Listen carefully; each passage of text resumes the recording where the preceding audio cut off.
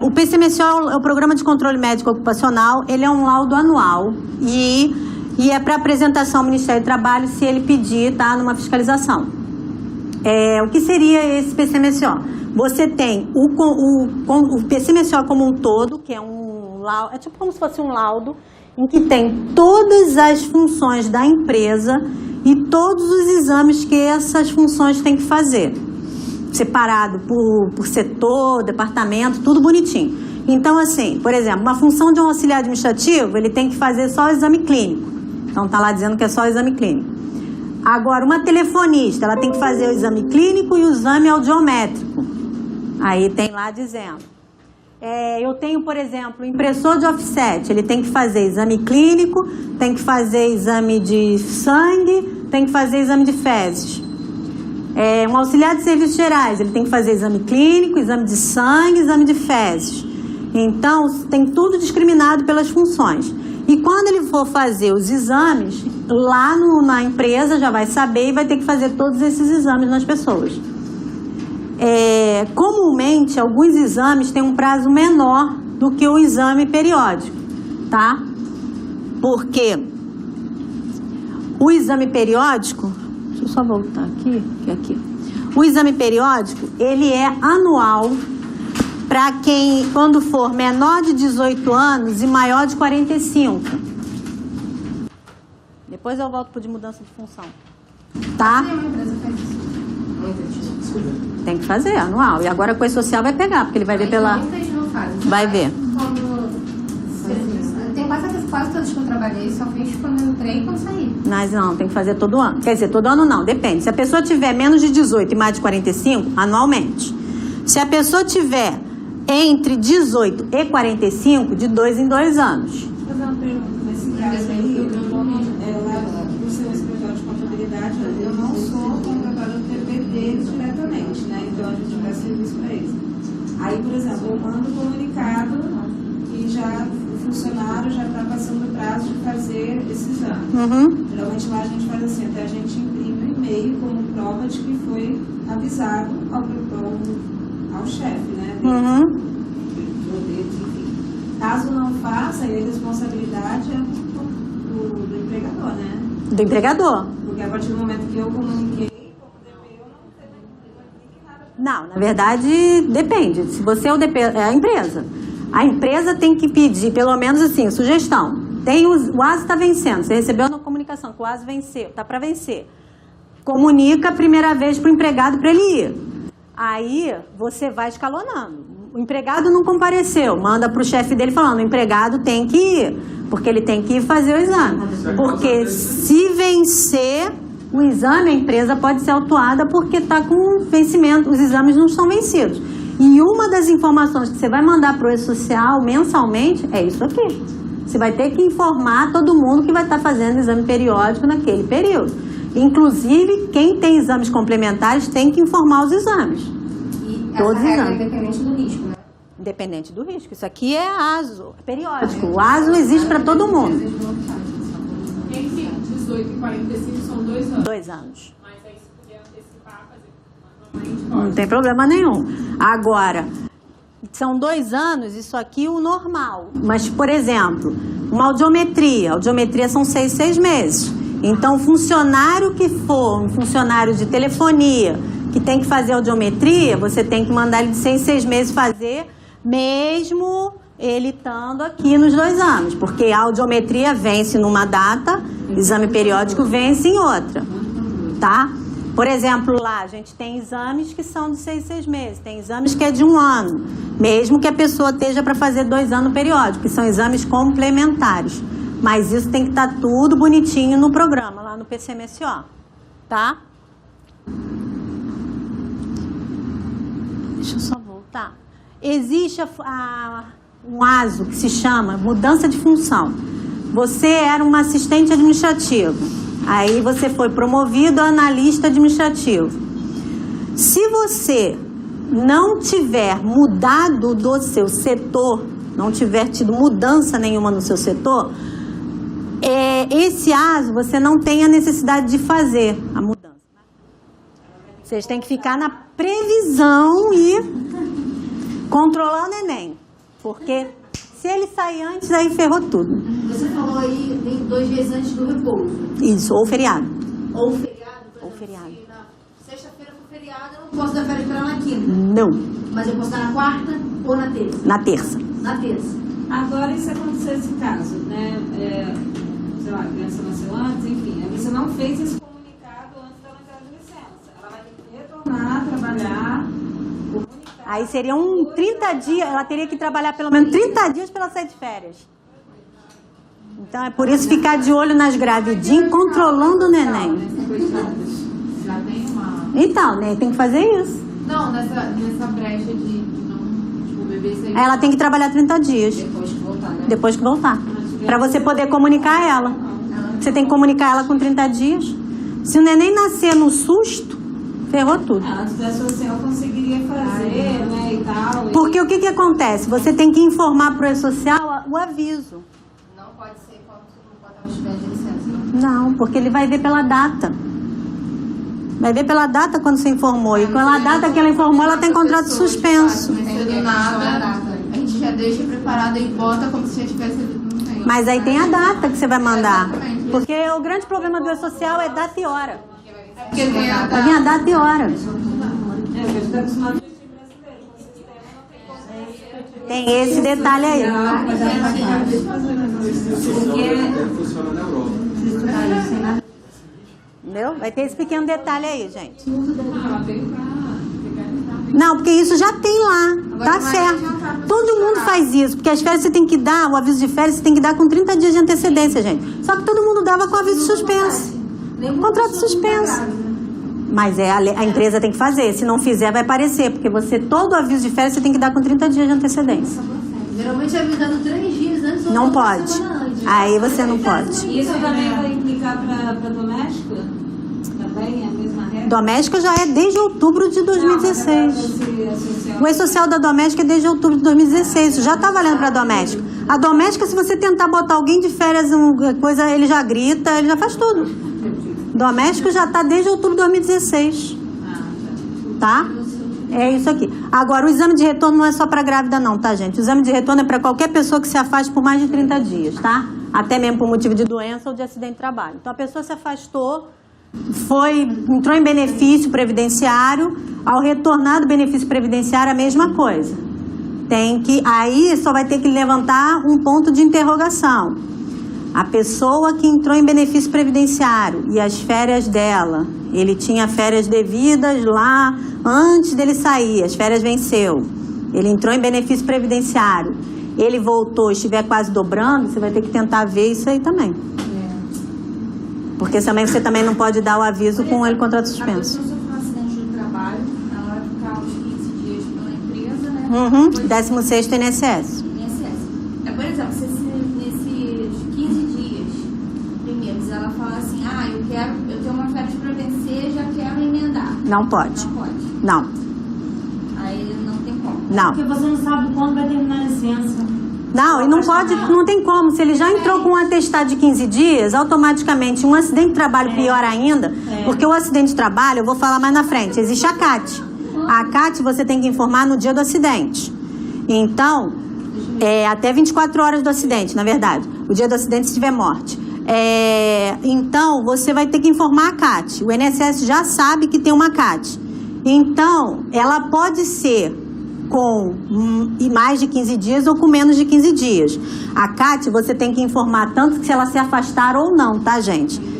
Independe. Você tem que fazer, ocorreu o acidente, você tem 24 horas para informar.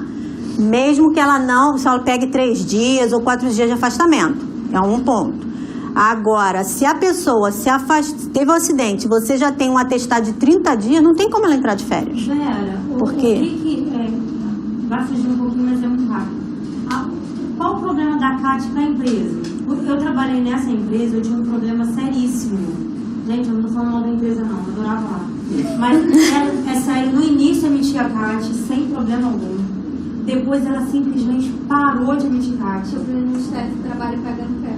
Não, ela parou, ela teve um acidente gravíssimo com uma menina. Ela está hoje sem poder andar. Inclusive ela está me pedindo para ser testemunha dela, olha só no processo. E assim, a empresa não deu a CAT para ela. O que acontece? A partir de 2010, eu vou falar ali na frente, foi criado o FAP, Fator de Acidente Previdenciário. Então, todo acidente de trabalho que você abre a CAT, vai para o INSS, ele registra. E aí, como é que ele penaliza a empresa? Ele penaliza a empresa com o RAT, que é coisa do acidente de trabalho, que é o percentual que as empresas têm que pagar todo mês. Então, quando você tem muito acidente, o teu RAT sobe por causa do FAP. Quando você tem pouco acidente, você fica no mínimo. Então, tem empresas que às vezes não queriam abrir as CAT para ficar no mínimo. Porque para cada acidente que tem, você registra lá, entendeu? A gente tem uma coisa errada no final. Ela falou assim, Ana, aqui a empresa prefere correr o risco do processo. Entendeu? Porque tem isso. Você tem dependendo da quantidade de acidentes que você tenha, agora, a empresa no processo também, ela pode ser penalizada pela não abertura da CAT.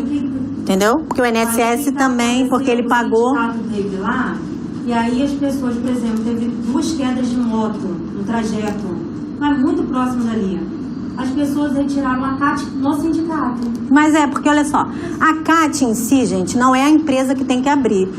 Pode ser o empregado abrir a CAT, pode ser o sindicato abrir a CAT, pode ser o médico abrir a CAT. Qualquer pessoa pode abrir uma CAT. Nesse caso, o empregado, o médico, o sindicato ou a empresa. Ele pode fazer o registro da CAT, tá? Não é simplesmente a empresa, não é a responsabilidade da empresa fazer. Só que tem empresas que não querem fazer porque não querem que aumente o fator de acidente previdenciário. Porque esse fator aumenta o percentual dele, ele paga mais de INSS. Porque sobe o percentual dele. Tá? Por isso que tem empresas que não querem fazer. Mas isso não independe, porque se qualquer outra pessoa fosse lá e abrisse a CAT dessa pessoa, ia registrar de qualquer jeito. Porque vai botar o CNPJ da empresa. Entendeu? Então, isso que ele faz de não abrir, se o sindicato abrir, ele vai registrar de qualquer jeito. Tá? Mas tem que se atentar nesse caso aqui do aviso de férias com retorno também. Então, não emendem as férias na licença. Ela tem que voltar um dia para fazer o exame de retorno e depois entrar de férias, tá?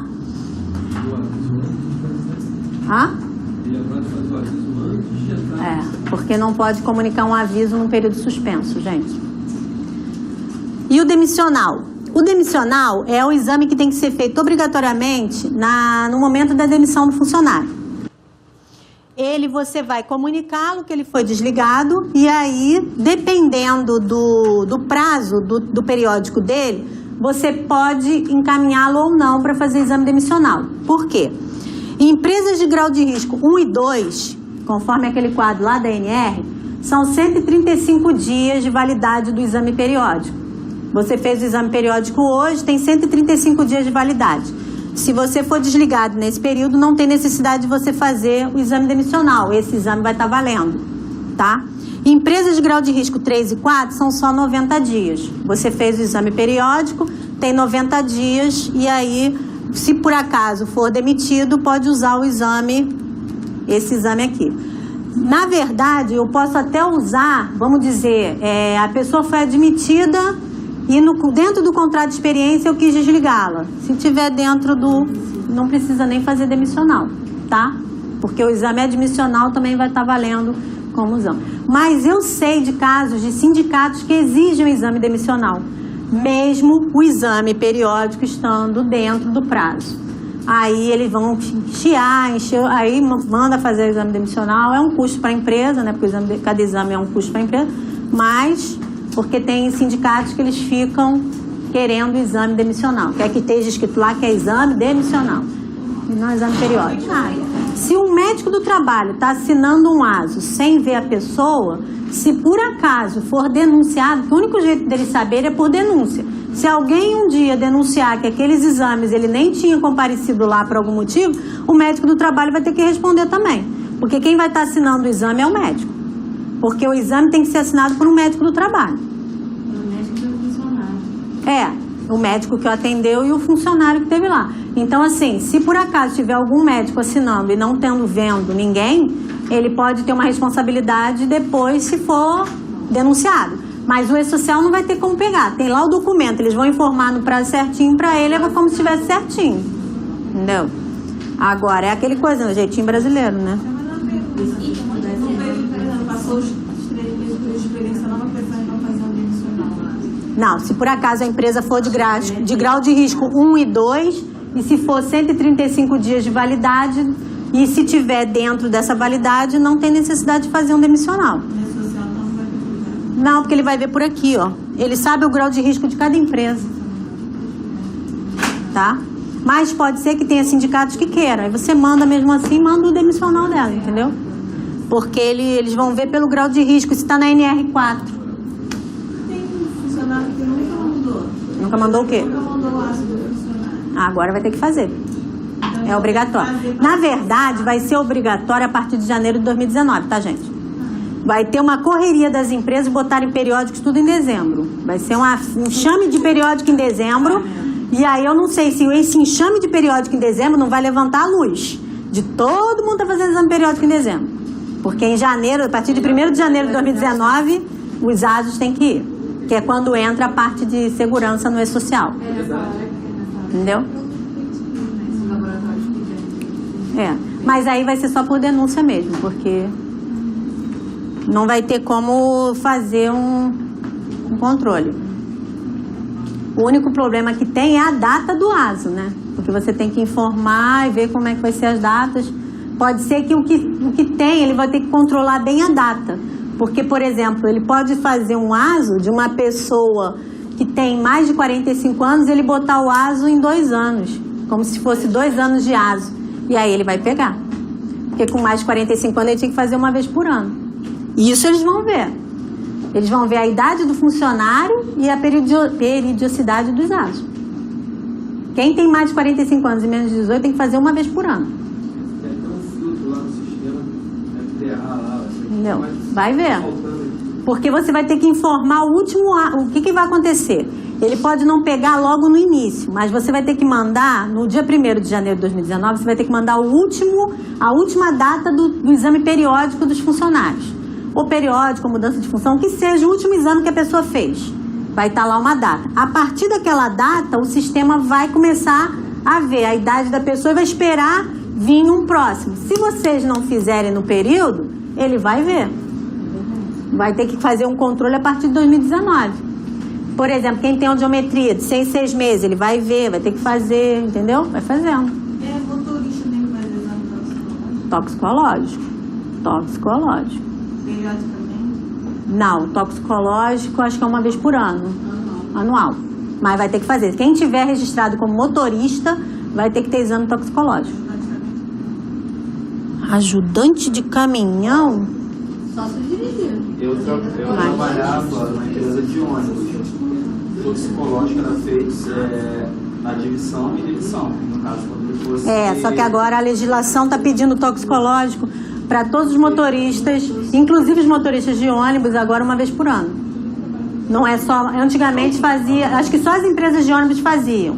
Nenhum outro tipo de motorista fazia. Hoje a legislação pede para todos os motoristas. E está tendo um problema sério, que já é o CAGED. Quando você entra no CAGED, hoje, todo mês, quando você faz o CAGED, se você bota a admissão de alguém que é motorista, ele está pedindo o exame.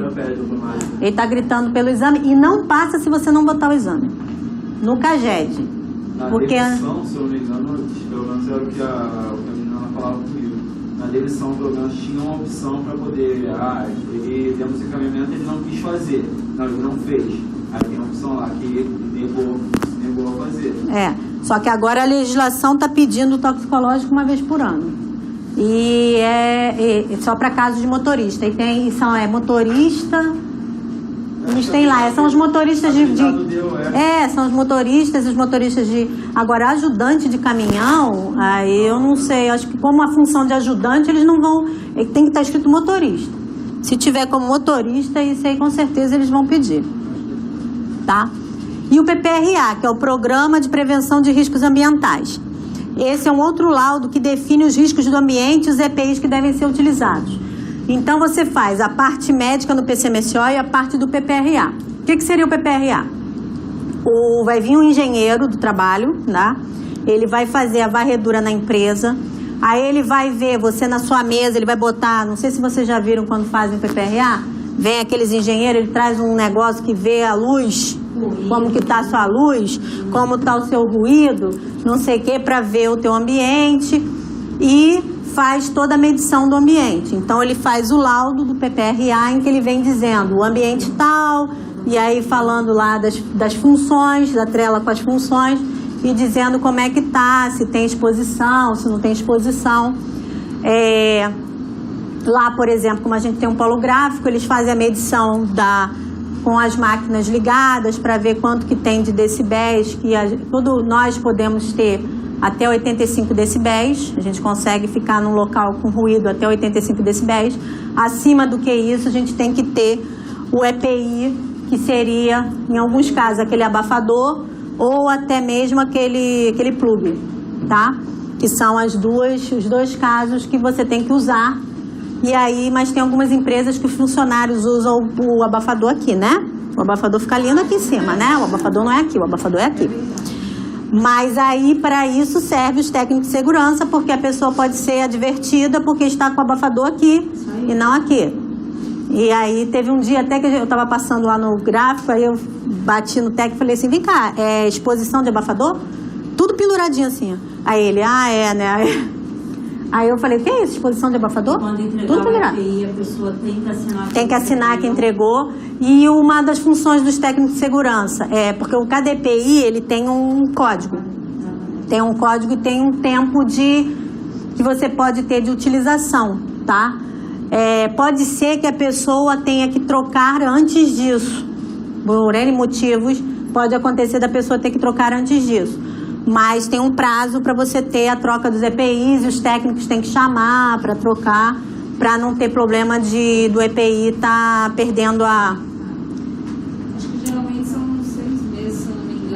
mas tem casos que trocam antes.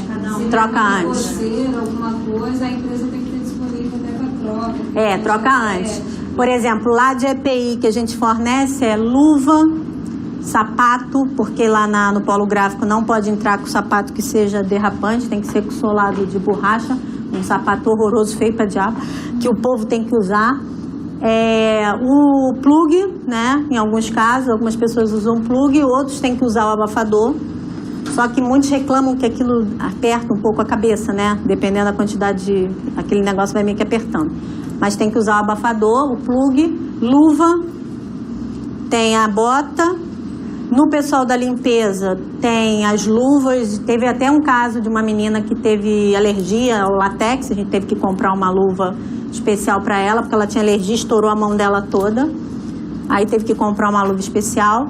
Tem o pessoal que fica aquelas capas de chuva, tem todos. Aí ele é recorrente. Essas listas de EPIs vão em recessão?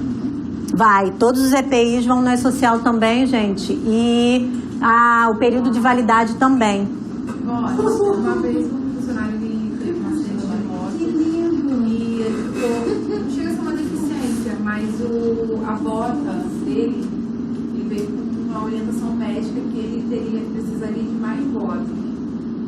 A empresa contestou, eu não vou dar, o tempo de vida útil da bota dele seria reduzido por conta que ele ficou com uma malformação. Aí ele tinha essa orientação médica para trocar e a empresa contestando que iria descontar todo o pagamento dele. Como que é isso nesses casos? Olha, o correto não seria isso. Tudo bem que cada EPI comprado tem um custo. Lá, às vezes, acontece isso. Por exemplo, a gente contratou um deficiente que ele não tinha uma perna, então tinha que ser uma bota especial. O cara não ficou nem 90 dias. Aí a gente gastou um dinheiro com uma bota, mas teve que ficar lá, porque não teve jeito. Tinha uma pessoa que tinha um pé 33, aí comprou aquela bota exclusivamente para ela, também não ficou, mas não tem como você repassar. O que pode até fazer, que os meninos lá às vezes tentam, é uma barganha. Eu preciso de não sei o que, te dou essa aqui novinha, não sei o que, mais ou menos assim. Mas se tem um laudo médico que diz que ele tem que trocar com um tempo menor do que é o devido, o correto é fazer a mudança. Porque ele pode até questionar que pode ter agravado a situação dele em função de ter ficado mais tempo com material que não deveria, entendeu? E aí, assim, tem que ser feito. Às vezes acontece de uma pessoa ter que trocar um EPI antes do outro, não tem jeito. Ele tem, pela lei, pela norma lá, tem um tempo que você tem com a EPI, mas pode acontecer às vezes a pessoa anda pisando para dentro, aí dá a coisa, tem que trocar, não tem jeito. Aí vai lá e troca o EPI, às vezes até antes. Mas o que tem que fazer? Tem que botar a data bonitinha, a pessoa assina, pegar o novo EPI, trazer o antigo, entendeu? Fazer todas as mudanças devidas. E o EPI vai sim, tá? Pro E-Social. Vai ter que ser informado todo o EPI entregue e todo a troca dele, conforme for fazendo a troca, vai ter que ir informando que trocou, tá? CIPA. O que é a CIPA? A CIPA é a Comissão Interna de Prevenção de Acidentes. A gente tem os técnicos de segurança, mas pela lei a gente tem que ter uma comissão de funcionários, tá? Para formar essa Comissão Interna de Prevenção, que é um jeito porque os técnicos podem não estar em todas as áreas ao mesmo tempo. Então a CIPA ajuda, no caso, para as empresas para fazer. Principalmente nas empresas que não têm obrigatoriedade de ter um técnico de segurança. A CIPA é importante também nesses casos. Quem que tem que ter CIPA? É obrigatório para estabelecimentos com mais de 20 empregados. Mais de 20 funcionários tem que fazer a CIPA. A CIPA ela tem que ser anual, tá? Tem um calendário. Tem um calendário de CIPA. Você tem que soltar o período de candidatura. Você tem que... O funcionário vai se candidatar. Você não pode impedir a pessoa de se candidatar, que a pessoa vai se candidatar, ela quer se candidatar. Então, você se faz a candidatura da pessoa. Depois que fez a candidatura da pessoa, tem um prazo para as eleições, aí tem lá os candidatos e vai ter a votação. É feita a votação na empresa e é apurado os votos e visto quem foi o mais votado e é feita a comissão da CIPA. Aí, dependendo de cada empresa, tem o número certo lá de comissão, da comissão, né? Quantidade de funcionários da comissão. Depois você tem que passar para o sindicato para dizer claramente que foi feita a CIPA naquele período e tal. Os funcionários que forem eleitos e fizerem parte da comissão pela parte do empregado têm estabilidade de 1 ano após o término do mandato. Então, na verdade, a estabilidade dele é de 2. Porque enquanto ele está em mandato, não pode ser mandado embora. E depois que terminar o mandato, ele ainda tem mais 1 ano de estabilidade. O mandato dura? 1 ano. O mandato dura 1 ano e depois desse 1 ano, ele ainda tem mais 1 ano de estabilidade. Pelos empregados, tá? Os indicados pelo empregador não têm estabilidade.